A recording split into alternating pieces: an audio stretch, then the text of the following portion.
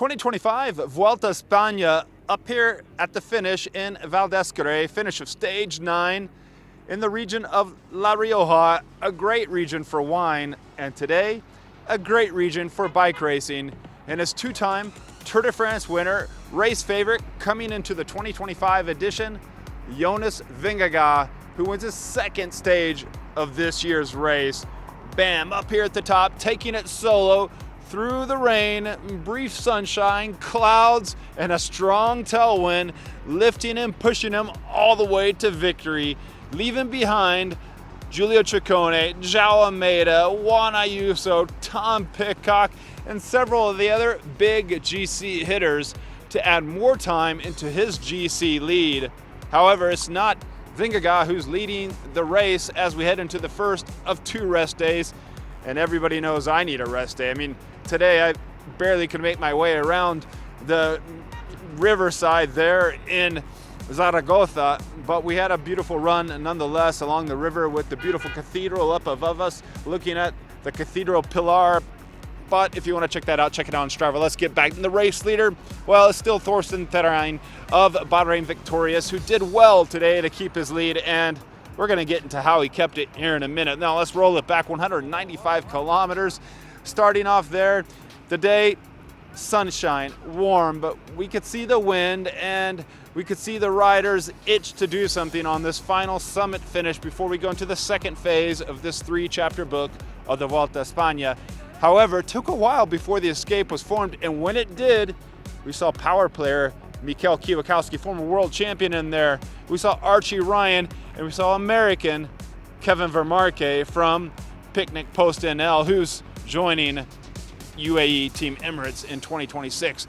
Now that 5-man move was a strong move. It worked well, reaching up to 3 minutes at one point, their advantage, and they would hold for most of the day. Well, that was until we got to the base of the climb here. Now, back behind, it was Nicholas Zukowski, what they call him Zuko in the group from Q36.5, and that team was working strong completely all day. It was Zukowski was really the motor of the peloton, keeping things intact. Q36.5 for their leader, Tom Pidcock. Now, some of you, and let me know down in the comments, you may think, well, this is crazy, Gregor. Why is you Q36.5 doing this for Tom Pidcock? Not a GC favorite, and really, can he do anything? Well, wait until the finish to find out.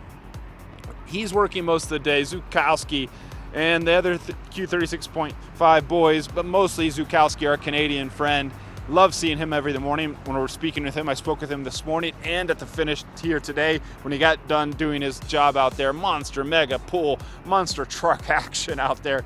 Lidl Trek added in some help along the way, and then as we get towards the base of the climb here, was full-on Lidl Trek force. Even Mads Pedersen was lending a hand, Carlos Verona, Carlito, and we got in the base of the climb, and the time was running out for our escape up front, and not much was left of them. We saw Kwiatkowski get caught, and it was Archie Ryan and Vermarke, the final 2 riders, to get picked up on the fast run. And we saw that nasty crash also from the Arkea rider who bounced off an EF Education rider, I'm not sure who that was, but he did well to keep it upright while the Arkea rider hit the deck. Then we got into the final kilometers there on the base of the climb. We saw Ryan and Vermarke get picked up, and then, well, it was over to Visma Lease a Bike after all that work from Lidl Trek. It was Matteo Jorgensen, 11.4 kilometers, pulls back the throttle, revs the motor from Idaho, and then fires up the road, and on his wheel was Jonas Vingegaard, and then Jonas Vingegaard launches, and the only one who could stay with them, thankfully, after all the work of Lidl Trek, was Giulio Ciccone. And then shortly afterwards, Giulio Ciccone, well, he's popped himself after all that work that Lidl Trek had done. In the interview with Kevin Vermarke, Kevin was saying, well, good, I'm glad Ciccone was dropped. I'm not sure the beef going on there, but I don't think he was happy with Lidl Trek's work. Ciccone has dropped so much. He seems erratic. Let me know what you think, but he seems erratic when he's attacking back and forth.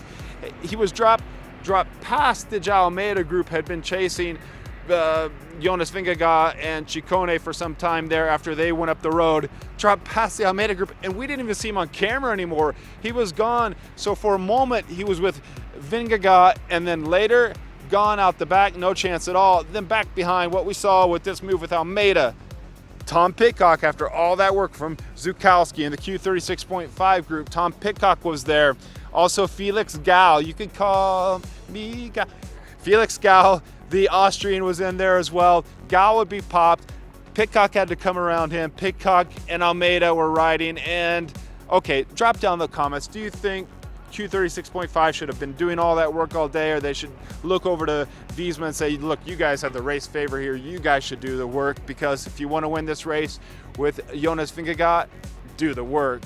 I don't know. Are they just helping Jonas Vingegaard to this climb and helping him annihilate the field and right away to a second stage victory after Limone Piemonte? That's up in the air.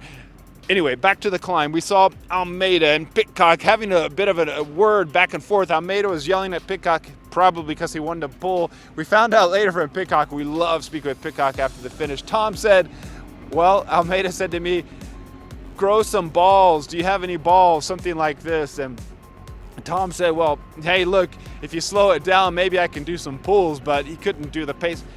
Almeida is a diesel motor. He's a monster on these sort of climbs. Now you have to consider this climb, high pitches at the beginning, and then kind of easy kind of rollers heading up to the top. Some sections are almost flat, so not that hard of a climb. We're going to get to that in the second week.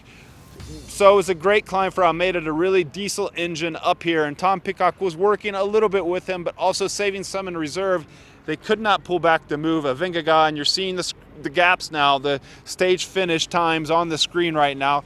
Jonas Vingegaard on top. It was Pidcock who overcame Almeida at the finish to pick up second place for Tom Pidcock behind two-time Tour de France winner Jonas Vingegaard. João Almeida third, and the other group coming in behind those guys. We're looking at the stage times, and now I want you to look at the GC times, because we're going to talk about what was going on back there in the Thorsten Threin group with the Bahrain victorious race leader in the red jersey and red shorts. Norwegian guy. I love talking with him every morning. He doesn't say a lot, but he's always got a smile and super polite. The other day he's asked me, hey, where's the start of the stage after he'd signed some autographs? Everybody else had gone, and he's the last one to be over there signing autographs after the sign-in on the podium. I said, I don't know. I didn't even notice where the start was, and he had to ride off trying to find the start of the stage. I don't think they would have began the start of the stage without him, but anyway, I think he found it. He's here today again. Now, how did he keep the red jersey? Well, legs, but not legs alone, because at one point we're looking back at this group with him in it, and we're seeing who's at the front. Not Bahrain victorious, not our man Jack Haig, not Antonio Tiberi, his teammates, but instead we're seeing Wiesmann Lisa bike riders seemingly riding on the front, pacing Thorsten Threin up the climb. When they have the race leader up the road, what are they doing? Are they taking him back up to Jonas Vingegaard? Well, no, they're not going to catch Jonas Vingegaard, but what they were doing were they were pacing him, Thorsten Threin, enough to keep him in the red jersey. Jonas gets a stage win, but he doesn't have all the other obligations that come with the race leader's jersey at a Grand Tour, which is the whole protocol, meeting with us journalists, guaranteed anti-doping if he's not already the stage winner in these coming stages. Smart thinking. Now, I spoke with Jonas afterwards. I said, was that the plan? And he's like, kind of laughing. I said, come on, yeah, what's the plan? He said, oh, no. Did I say that? I said, well, it seems, and we were laughing back and forth. Jonas is in a great mood at this race, and should be, because domination came today after the Limone Piemonte stage, where he did take the stage win. Another stage win here at the 2025 Vuelta España, when it seems that João Almeida is the only rider to challenge Jonas Vingegaard. In comes the pitcher. Maybe Tom Pidcock might be up for a GC in a Grand Tour, and if he's going to do it, it could be the Vuelta España. Same for João Almeida as well. We have to wonder what is going on over at UAE Team Emirates, because come on, Juan Ayuso, can you not stay with the front group after you won the stage the other day? You're dropped at the base of the climb, and you can't even be up there to help your race leader, João Almeida, try to pace things after we saw this attack of Jonas Vingegaard. Like this, UAE is not going to win the 2025 Vuelta España, but prove me wrong, UAE. Let's see how it goes. Today on top, Jonas Vingegaard showed his domination. Stage 9 as we head into the first rest day of this year's race. It's Jonas Vingegaard on top at the finish, and Valdezcaray.